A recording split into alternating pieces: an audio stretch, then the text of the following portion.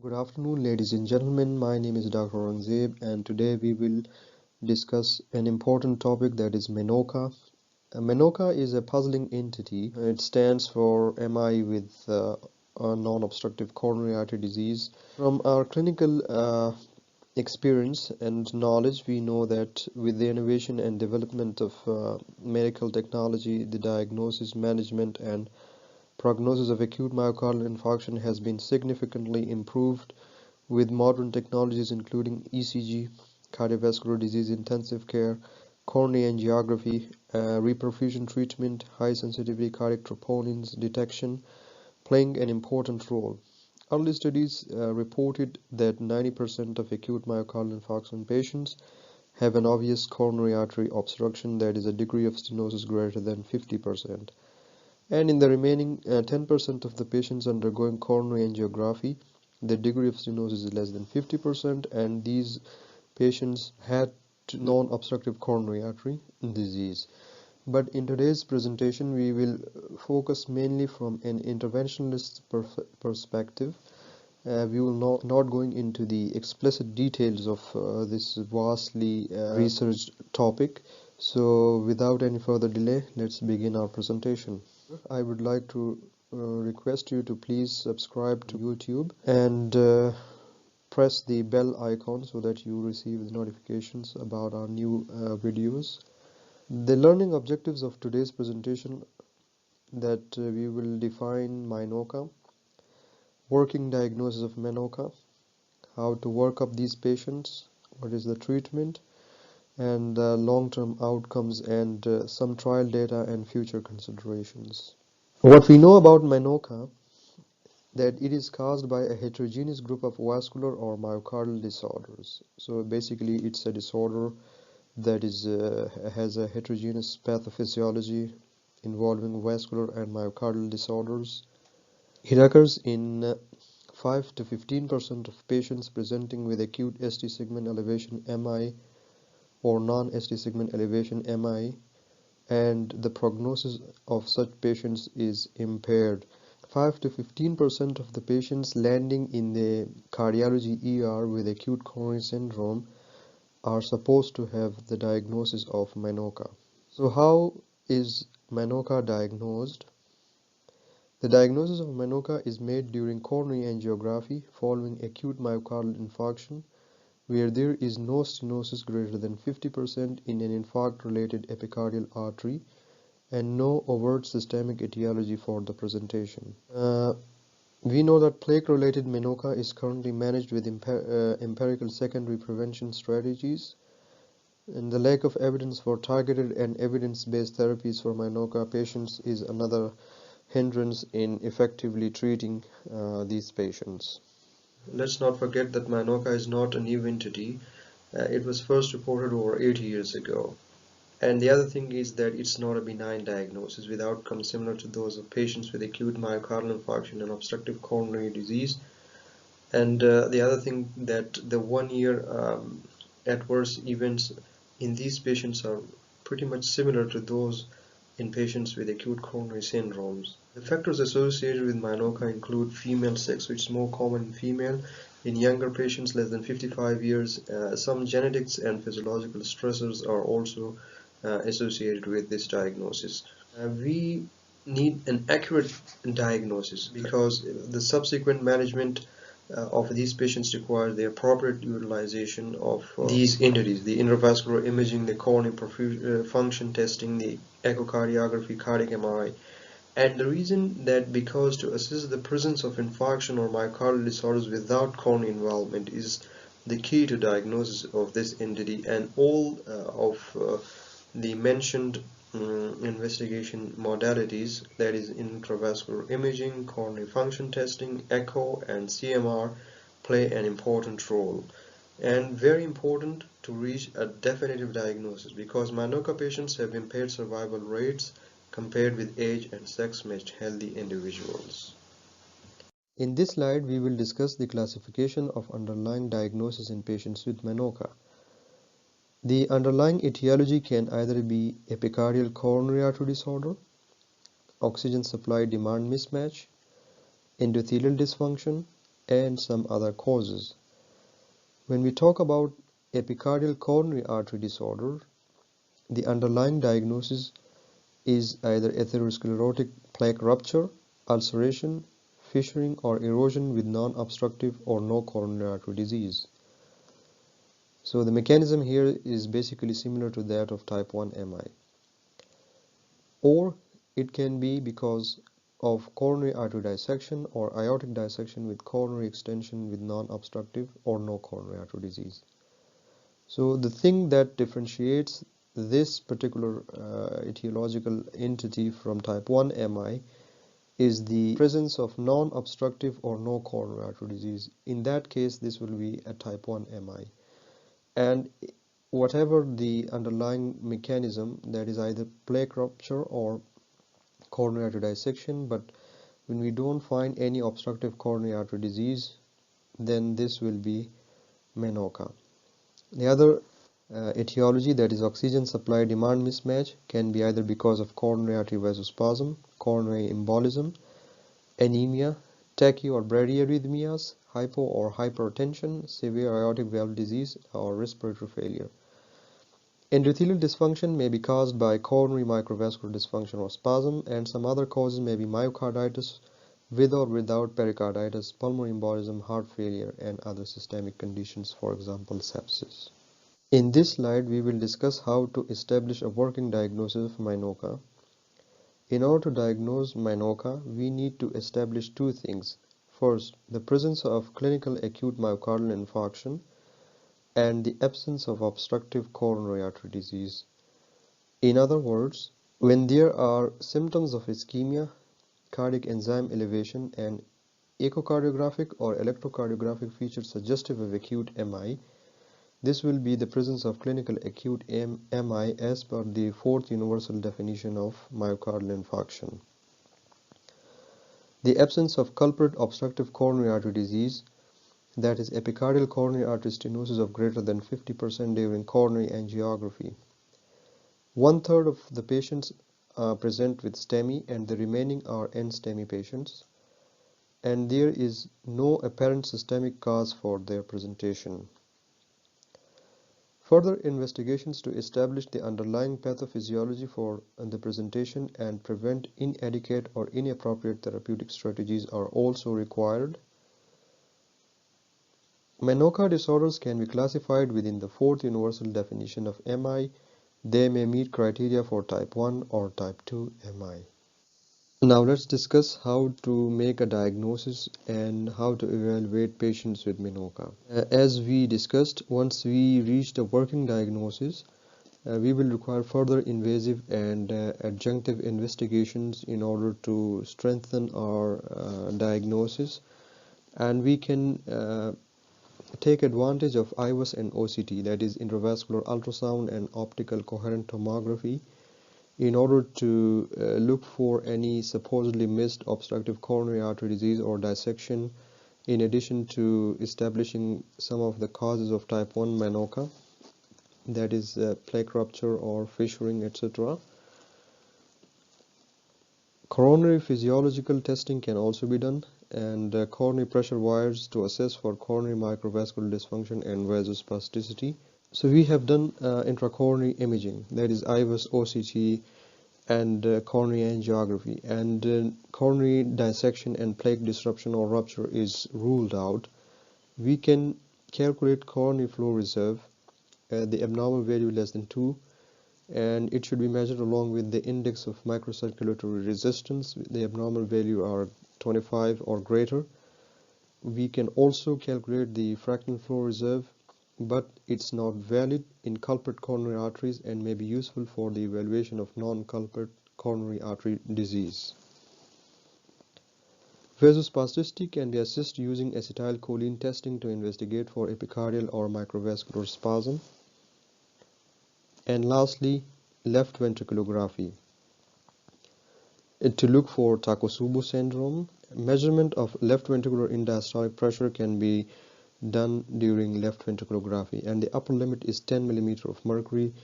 Left ventricular end-diastolic pressures above 18 mm of mercury carries a poor prognosis in post-MI patients, and also wall motion assessment as determined from epicardial territorial distribution of akinesis.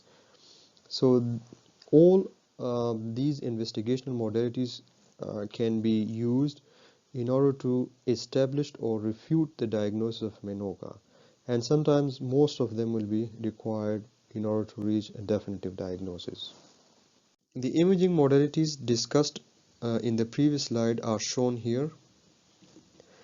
This is a coronary angiogram. This is the right coronary artery and this is the left coronary artery, and obviously they are normal. We don't see any obvious stenosis in the right or left coronary artery. This is an OCT image, and here is a ruptured plaque. This is an IVUS image, and here we can see a dissection. In this diagram, we see the coronary vasospastic response to acetylcholine. Here, after the administration of acetylcholine, we see stenosis here and here. And finally, intracoronary physiology showing increased index of microcirculatory resistance. In addition to the imaging modalities and physiological studies discussed previously, other investigations in patients with MINOCA must include a full laboratory profile including serial cardiac troponin measurement, N-terminal pro-BNP, coagulation screen and hemostasis, D-dimer, full blood count, renal function, electrolytes, glucose, C-reactive protein, infection screening if we suspect some sort of infection in these patients. All patients should undergo a transthoracic echo in order to be evaluated for regional wall motion abnormalities, for embolic sources, pericardial effusion, and typical features of Takotsubo syndrome. Even transesophageal echo may be needed in some patients to exclude ASD or PFO as embolic sources. In selected patients, CT imaging can also be performed. Cross-sectional CT for suspected COVID-19 pulmonary embolism aortic dissection, and CT angiography to confirm suspected diagnosis of aortic dissection, intramyocardial dissecting hematoma, and assessment of plaque burden. What is the role of CMR? CMR can identify inflammation, edema, and scar and can assess myocardial function. CMR is recommended by guidelines in all patients with MINOCA. Late gadolinium enhancement localizes the site of myocardial damage, and the pattern of distribution suggests the diagnosis. Here we can see the various patterns of late gadolinium enhancement, the arrows pointing towards the enhancement here and here, and here, along with their possible causes. I'm not going into the details because this is beyond the scope of this presentation, but you can look for them. It's a beautiful and simple approach of how to make a definite diagnosis of MINOCA and how to exclude other causes and to establish the cause of pathophysiology of MINOCA. So any patient who presents with ischemic presentation, who have symptoms of ischemia, elevated cardiac enzymes, electrocardiographic features of ischemia, echocardiographic evidence of ischemia, we can consider alternative or systemic diagnosis, for example sepsis, type 2 MI or myocardial injury, or we can undergo invasive coronary angiography. If obstructive coronary artery disease is found, this is a type 1 MI. If not, then this is MINOCA. And we can, once the working diagnosis of MINOCA is established, we can review for missed angiographic diagnosis, for example coronary dissection, and we can use IVUS or OCT intracoronary imaging and pressure wires, CFR and IMR assessment with acetylcholine and left ventriculography. We can take help from laboratory sampling and performing serial cardiac troponins, CRP, urea and electrolytes, FBC, that is full blood count, NT-proBNP and D dimers. So if any missed angiographic diagnosis is found, then our diagnosis will change to type 1 MI. Otherwise, we will use the help of these investigational modalities to establish the diagnosis of microvascular dysfunction or vasospasm, or if there is evidence of ischemic event, unclassified MINOCA or plaque rupture as the cause of MINOCA or plaque erosion as a cause of MINOCA, with the help of these laboratory modalities. For example, in particular, these imaging modalities, IVUS, OCT, intracoronary imaging, and pressure wire. The laboratory investigations will help us to establish any acute phase, any acute insult, alternative systemic diagnosis, for example, pulmonary embolism, Takotsubo cardiomyopathy, or myocarditis. Okay, so this is how to approach a patient with MINOCA, how to reach a working diagnosis, how to exclude definite other causes, and how to reach the underlying pathophysiological mechanism of MINOCA. What are the therapeutic strategies for patients with MINOCA? The treatment of MINOCA should be individualized because limited data from the randomized controlled trials is available on the treatment of MINOCA. What we know from observational and registry data, if we talk about the secondary preventive therapies, there is a favorable long-term outcome with ACE inhibitors, ARBs, and statins, a positive trend with beta blockers, neural effect with dual antiplatelet therapy, and mineralocorticoid receptor antagonists are theoretically beneficial. Okay, MINOCA at bad, you can check it yourself. The treatment of MINOCA depends upon the underlying cause. So when the current recommendations for the treatment of MINOCA secondary to plaque disruption or with evidence of ischemic damage on CMR is that these patients should receive dual antiplatelet therapy for 12 months followed by lifelong single antiplatelet therapy, high dose statins and beta blockers, and ACE inhibitors, ARBs therapy.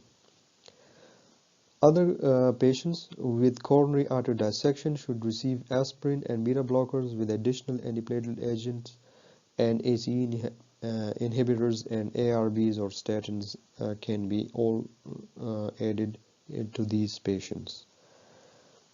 If the coronary embolism is the cause of MINOCA, in established cases, treatment of the hypercoagulable state should be done antiplatelet or anticoagulation. When an embolic source is identified, patient can also be given ACE inhibitors, ARBs, and statins if needed. MINOCA patients with an underlying diagnosis of epicardial or microvascular spasm should receive calcium channel blockers, nitrates, and potassium channel activators may be considered as adjuncts, ACE inhibitors, ARBs treatments after MI, and statin therapy may be considered if coronary atherosclerosis is identified. Otherwise, we can only give these patients nitrates and calcium channel blockers along with aspirin. Patients with structural microvascular disease should receive anti-anginal therapy, either beta blockers, calcium channel blockers, or nitrates, ACE inhibitors, ARBs following MI, and statin. Microvascular disease is often under or untreated, and effective treatment may benefit from a stratified approach with trials for novel therapeutic options awaited. Treatment for diagnosis of supply-demand mismatch depends on the underlying cause. Additional secondary prevention may be indicated in the presence of mild or non-culprit coronary artery disease. That was all about treatment. Now, what are the outcomes of patients with MINOCA? The prognosis and outcome of patients depends on the underlying diagnosis for their presentation. Mortality and the incidence of major adverse cardiac events for MINOCA patients reported as comparable with those of patients with obstructive coronary artery disease. significantly worse than for the general population. 1 in 4 patients experience a MACE within 4 years, including death, recurrent MI, hospitalization with heart failure, or ischemic stroke.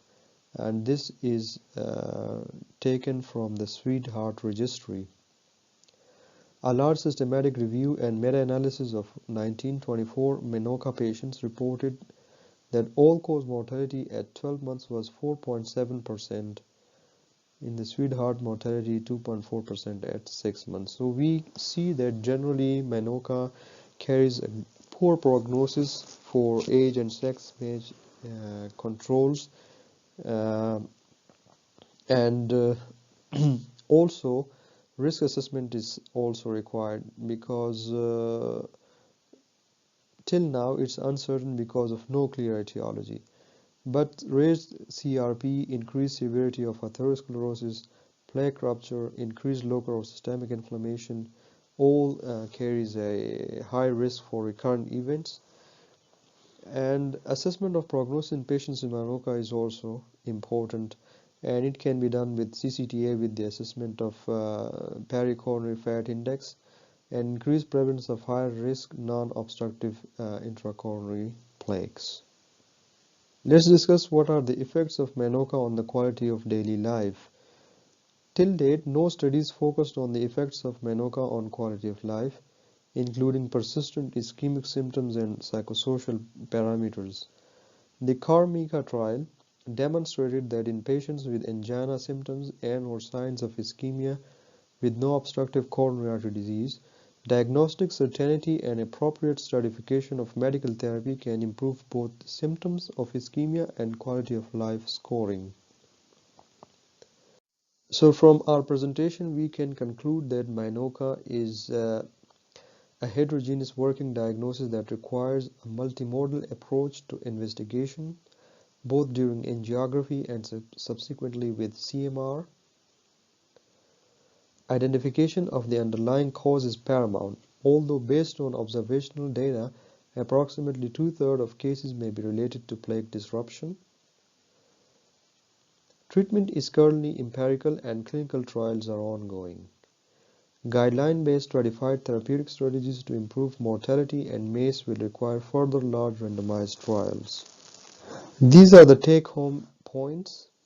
MI with non-obstructive coronary artery disease is a heterogeneous working diagnosis requiring further investigations during and after invasive angiography. Clinicians should consider the use of intracoronary imaging and coronary physiology testing during angiography to assess for plaque disruption and vasospasticity. Cardiac MRI with gadolinium contrast is recommended in all MINOCA patients. MINOCA is not benign and has comparable outcomes with acute MI due to obstructive coronary artery disease. Treatment of the underlying cause is paramount, although at present often empirical. There is an unmet clinical need for stratified therapy for patients with MINOCA. Thank you, ladies and gentlemen. I hope you have enjoyed the presentation. If you have any questions or queries, please post them in the comment section. And also, I will again request you to please subscribe to the channel and press the bell icon. Stay tuned for our next videos. Thank you.